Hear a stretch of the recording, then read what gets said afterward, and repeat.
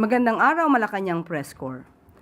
Sa likod ng mga kaguluhan sa ibayong dagat, personal na tinutukan ni Pangulong Ferdinand R. Marcos Jr. Hindi lamang ang kapakanan ng ating mga kababayan na naapektuhan doon, pati na rin ang mga kababayan natin dito sa Pilipinas. Ang Pangulo na may pusong umaaksyon para sa bayan, ipinag-utos sa lahat ng mga ahensya na siguraduhing ligtas ang mga Pinoy na apektado sa gulo ng Middle East. Mahigpit din na binabantayan ng Pangulo ang economic impact nito sa Pilipinas, kabilang na ang remittances na lubhang maaapektuhan ng mga paggalaw ng pandaigdigang merkado. Pero sa likod nito, binigyan diin ni Pangulong Marcos Jr. na mayroong sapat na supply ng langis at krudo sa bansa na inaasahang aabot mula 50 hanggang 60 days. Nakahanda rin ang pamahalaan kung sakaling lumala ang tensyon at umabot sa $80 per barrel ang presyo ng langis. Kabilang sa paghahanda ng pamahalaan ang pagbibigay ng fuel subsidy sa mga sektor na lubhang maaapektuhan, kagaya ng transportasyon, agrikultura at pangingisda. Pinag-aaralan din ng pamahalaan ang pagbibigay ng libreng sakay sa mga commuter kung kakailanganin. Isa rin sa opsyon ni Pangulong Marcos Jr. ang kausapin ang liderato ng Senado at Kongreso na mabigyan siya ng kapangyarihan upang mabawasan ang excise tax sa produktong petrolyo bilang emergency measure lamang. Sa huli, nananawagan ang Pangulo sa government agencies at sa mga pribadong sektor na magtipid sa paggamit ng enerhiya sa gitna ng gulo sa gitnang silangan. Pilipinas at South Korea lumagda ng kasunduan na naglalayong patatagin ang estratehikong ugnayan ng dalawang bansa. Kahapon, pinangunahan ni Pangulong Ferdinand R. Marcos Jr. at South Korean President Lee Jae-myung ang paglagda ng kasunduan. Kabilang dito ang kasunduan sa larangan ng depensa, Veterans Affairs, agrikultura, kalakalan, pamumuhunan, intellectual property, digital at cultural cooperation, pagsasanay sa wikang Korean sa mga paaralan at police cooperation. Tinalakay din ng dalawang leader ang pagpapalawak ng kooperasyon sa ugnayang pandagat, kalakalan at pamumuhunan at people-to-people exchange, kabilang na ang pangangalaga sa mahigit 70,000 Pilipino na naninirahan at nagtatrabaho sa South Korea. Inaasahan din ang mas malaking pakinabang mula sa Free Trade Agreement sa pagitan ng Pilipinas at South Korea. Nagkaroon din ng palitang pananaw sina President Marcos Jr. at President Lee hinggil sa isyung pangrehiyon at pandaigdig katulad ng South China Sea at Korean Peninsula at ang pagtaguyod sa international law lalo na sa usaping pandagat. Malugod na tinanggap ni Pangulong Marcos Jr. at unang ginang Liza Marcos si President Lee kasama si First Lady Kim Hae-kyung sa kanyang unang state visit sa bansa bilang Pangulo ng South Korea. Nagpasalamat naman ang Pangulo sa mahalagang ambag ng South Korea sa modernisasyon sa sandatahang lakas at Coast Guard, pagpapaunlad ng industriya ng shipbuilding at semiconductor at mga infrastruktura katulad ng Pangilbil or rather Pangilbay Bridge. At maaari na po akong tumanggap ng inyong mga katanungan. Para po sa unang katanungan, Alvin Baltazar, Radyo Pilipinas. Sir, good morning po. May nagpo-propose po na Yusek, na i-consider yung 4-day work week after ng directive kahapon ni Pangulong Marcos na magtipid sa kuryente yung mga government offices. Suportado ba ito ng Palasyo? Sa ngayon po ay maaaring pag-aralan po ng Pangulo ang ganyang suwestyon, lalo na kung magiging malala pa po ang nangyayaring Israel-Iran issue. Sa ngayon po ay hindi pa po ito na pag-uusapan. On other topic, Yusek, sabi kahapon ni Congressman Suntay, hindi raw serious yung threat ni VP Sara kay Pangulong Marcos. And para some sort of ma-justify yung kanyang premise, nagbigay pa nga siya ng, excuse me, ng premise na nagbunga ng matinding pagbati ko sa kongresista, particularly coming from doon sa mga kababaihan. Ganyan po talaga ang maaaring maging opinyon ng isang abogado sa isang kliyente.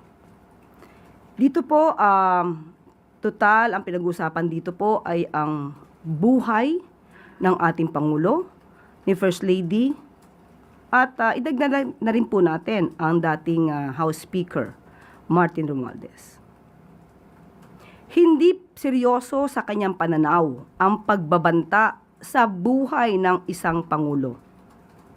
Alam po natin ang kaibahan ng grave threats sa murder, grave threats sa homicide, grave threats sa physical injuries. Ang grave threats, ito po ay sumasaklaw sa pagbabanta na gawan ng isang krimen, ang isang tao, ang kanyang honor o ang kanyang property.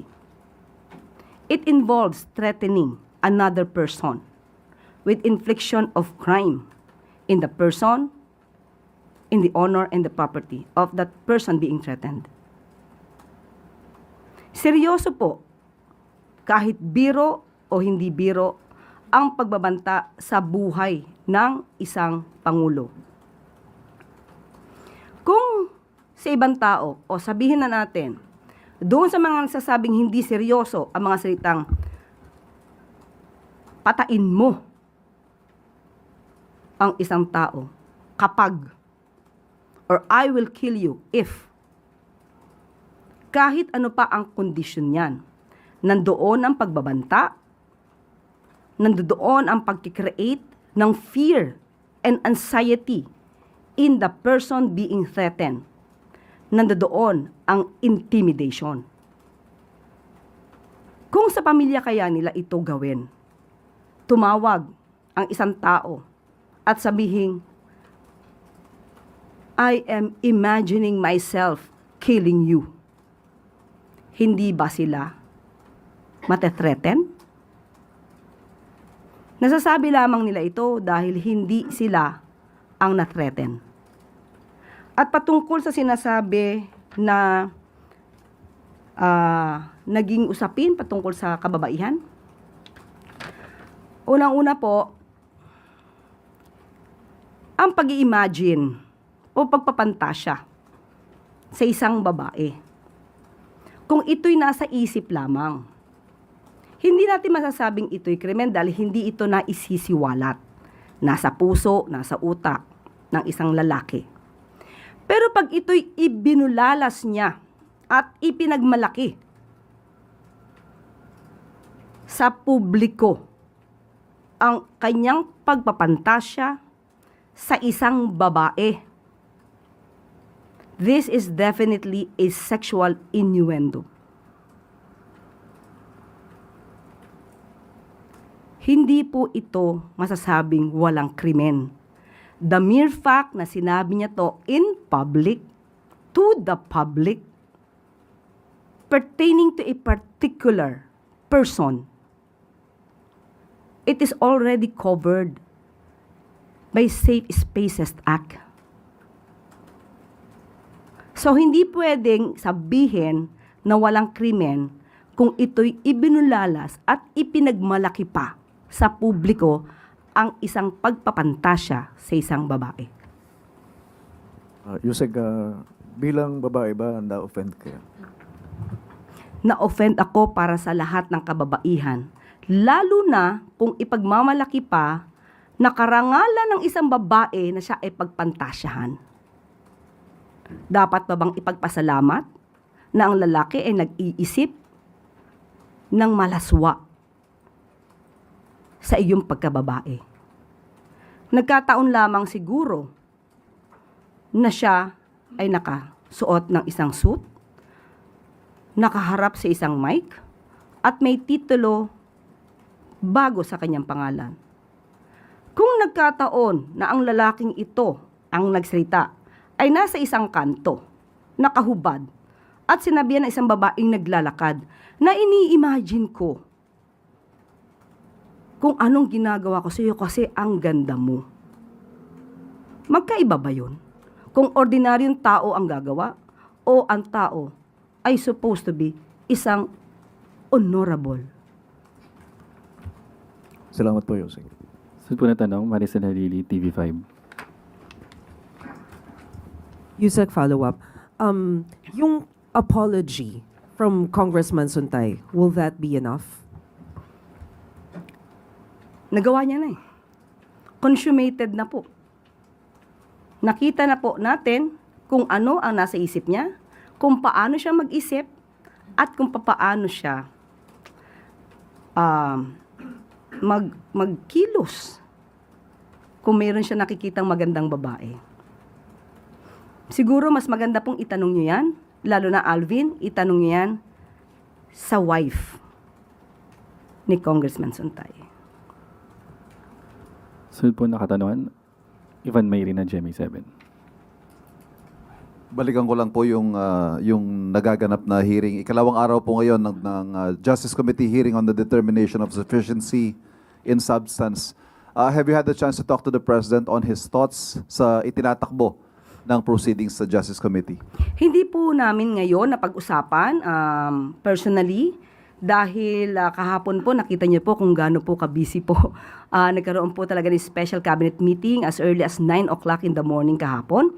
At yung pong pagpapatawag ng Pangulo na isang press con ay biglaan din po yun dahil kinakailangan niya pong mag-ulat sa ating mga kababayan. So sa ngayon po ay hindi po namin napag-uusapan ang patungkol sa hearing sa Committee on Justice regarding sa impeachment complaint laban kay Vice Presidente. Mr. Claire, how closely is the President watching the proceedings? Or would you say, is he very much interested in the outcome? Or is he indifferent since, as you've been saying, he would like the process to take its course? Hindi po makikialam ang Pangulo kung ano po mangyayari at magaganap sa hearing sa impeachment complaint laban kay Vice Presidente. Ang tanging nais lamang po niya ay masunod ang proseso, masunod ang konstitusyon, at makita kung ano man ang ebidensya at kung may dapat na managot, managot. Hanggang dun lamang po. Salamat po. Sunod na tanong, Let Narciso, DZRH. Good morning, Yusek. Ma'am, lumusot na po sa komite sa Kamara yung anti-political dynasty bill. Pero may ilang mambabatas na binawi yung kanilang suporta, umatras sa co-sponsorship. Dahil hindi sila sang-ayon dun sa bersyon na ipinasa. Actually, ang sabi ni Congressman Erice ay nambobola lang si Presidente na priority measure itong anti-political dynasty bill. Ano pong reaksyon ng Malacanang? Bakit naman po kay Pangulo isisisi? Kung ayaw niya ng version sa House of Representatives, di sa pagka nagkaroon po ng pagdebate, debatihin niya po munang mabuti. Ilabas niya na lahat ang kanyang talino. At kung anong kahihinatnan niyan, hindi naman po siyang mag-isa lang ang magdidesisyon niyan. Ang nakakapagtaka po dito kay Congressman Erice, parang lahat na lang ng kasalanan sa mundo, isinisisi niya sa Pangulo. Trabaho po nilang gumawa ng batas. Kaya trabahuhin niya po iyan kung anong gusto niyang version. Ma'am, nabanggit niyo po dati na nag-usap si Presidente at si E.S. Recto doon sa posibleng mga probisyon na laman nitong bill na ito. Ano po ba yung gustong ma-achieve ng Presidente at ginawa niyang prioridad itong anti-political dynasty? Katulad nung aking sinabi, yung pinakahuling LEDAC meeting po, yung po talaga ang inuna niya na gusto niya po itong maipasa. At natuwa nga po siya na umaandar po ito at nung nag-report nga po si si Senator Riza Ontiveros na nagkakaroon na ng public consultation, ang nais lang po talaga ng Pangulo ay mapabilis. At kung ano ang pinakamagandang batas para sa anti-political dynasty bill or rather law, yan po ang nais ng Pangulo. Last na po. May nabanggit po ba siya kung anong level of consanguinity? Wala pa po at pinag-aaralan kung second or fourth O depende po yan sa magiging version. Ang Pangulo naman po ay pag-aaralan kung ano ang pinakamainam na version at total naman po ay manggagaling ito sa Kongreso. So kapag ka po ito nabuo at naipasa po sa Pangulo, yan po ay pag-aaralan. Para po sa huling katanungan, Chonayu, DZRJ. Yusek, kahapon sabi ni Presidente he wants to reduce the excise tax sa petroleum products. What is the ballpark figure that he's looking at? Nung napag-usapan po ito kahapon, wala pong napag-usapan kung gaano kalaki, kung gaano kababa. Basta ang gusto lamang po niya sana ay magkaroon po siya ng power, pero temporary lamang po ito. At sa panahon po na ganito, na biglaan po may nangyayaring ganitong hidwaan, kinakailangan din po tayo makaagapay sa ating mga kababayan, lalo kung sobrang taas po ng presyo po ng krudo. Magkano po yung reduction na gusto niyang ibawas? Wala pong napag-usapan kahapon at makikinig naman din po siya sa mga economic team kung ano yung pinakamaganda po na reduction rate. And what will happen to the programs kung ipatupad nga itong reduction na sa excise tax? Yung mga programs na funded na kinukuha doon sa excise tax? Of course, mag-a-adjust din po. At sabi nga naman po ng Pangulo, ito'y temporary. Para lang po makaagapay tayo kung darating po talaga na sobrang mahihirapan po ang ating mga kababayan sa pagtaas po ng presyo ng krudo. Habulan po na katanungan, Ace Romero, Philstar. So Yusek, related doon, pero di ba meron na pong train lower in there's a certain period na umabot yung threshold ng oil price, pwede nang isuspend. So apparently the President does not view it as sufficient to mitigate the impact of the potential shocks caused by the Middle East. Kasi meron na po nasa train na po yung pwedeng mag-suspend when a certain period, during a certain period umabot yung oil price. Sa huli natin pong pakikipag-usap, ang sabi po sa atin kapag ka po nag-lift or nag-suspend po ng excise tax ay dapat po 2018 to 2020.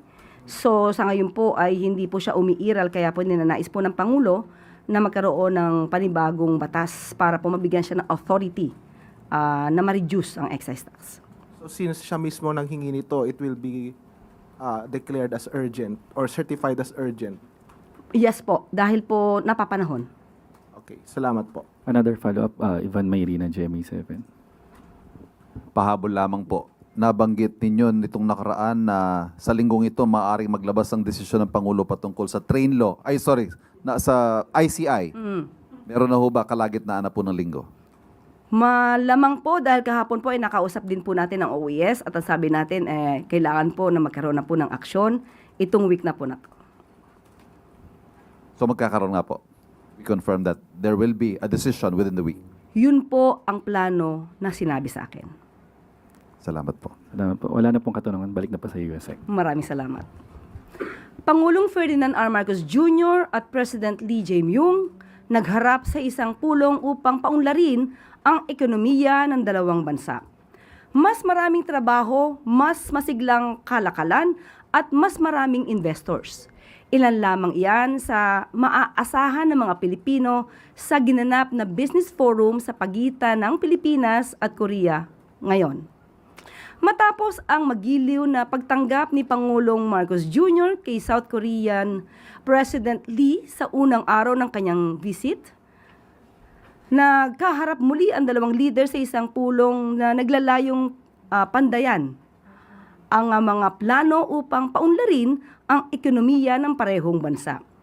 Ayon sa Pangulo, mas mapapalalim pa ang ugnayan ng Pilipinas at Korea sa tulong ng mga nilagdaang kasunduan sa pagpapaunlad ng mga industriya ng shipbuilding, nuclear energy, aerospace, critical minerals, supply chain, retail at health and wellness. Maliban dito, tiniyak din ng Pangulo na mas pinapaganda pa ng pamahalaan ang business climate ng bansa upang manghikayat ng mas maraming investors. Ayon kay Pangulong Marcos Jr., nakahandang sumuporta ang pamahalaan sa mga negosyong nais mamuhunan sa bansa at magbigay ng maayos na trabaho sa mga Pilipino. Dahil nais ng Pangulo na mas madaling makapag-invest sa ating bansa, mas pinagaan ang requirements para sa mga investors. Dinagdagan ang suporta sa mga kwalipikadong programa. Ginawang mas simple ang sistema sa pagbabayad ng buwis at marami pang iba. Pilipinas at Korea magkaakibat sa mas mabilis na pag-unlad ng negosyo at higit sa lahat para sa mga mamamayan nito. Mulit-muling pinapatunayan ng pamahalaan ang paninindigan nitong iangat ang buhay ng bawat Pilipino. Magtuod, flyover, Davao City, bukas na muli para pabilisin ang biyahe ng mga motorista. Ang pagbubukas ng flyover ay alinsunod sa malinaw na utos ng Pangulong Ferdinand R. Marcos Jr. na tapusin ang mga nakabinbin na infrastructure projects. Kung noon ay 30 minutes ang biyahe mula sa bayan ng Maa tungong Magtuod, ngayon ay nasa 15 minutes na lang. Inaasahang mapapagaan ng nasabing flyover ang daloy ng trapiko sa kahabaan ng Pan-Philippine Highway. Nabinbin man ng 4 na taon ngayon ay maayos ng madaraanan ng mga motorista ang Maa Magtuod flyover. Ito ang sinigurado ng DPWH sa pangunguna ni Secretary Vince Dizon. Mas magaan na daloy ng trapiko para umusad ang progreso at mas maginhawang biyahe para sa mga komunidad. Iyan ang hatid ng double time na trabaho ng pamahalaan para sa mamamayang Pilipino. At bago tayo magtapos, kababaihan, hindi dapat ginagawang paksa ng malaswa na pananalita. Let us end the culture of objectifying women. Ang kababaihan ay ginagabayan, inaangat, ginagalang, at hindi ginagawang paksa ng walang malaswang pagpapantasya na ipinagmamalaki pa sa publiko, na dapat pa raw na ituring na compliment kapag ginawan ng kalaswaan sa isip ng isang lalaki. At dapat pang ipagpasalamat ito ng isang babae. Nabubuhay tayo sa lipunang kumikilala, gumagalang, nag-aangat, at nagbibigay lakas sa kababaihan. Hindi kami babae lang, babae kami. This is empowering women to empower all women. Happy Women's Month po sa lahat ng kababaihan. At dito na po nagtatapos ang ating press briefing. Magandang araw para sa bagong Pilipinas.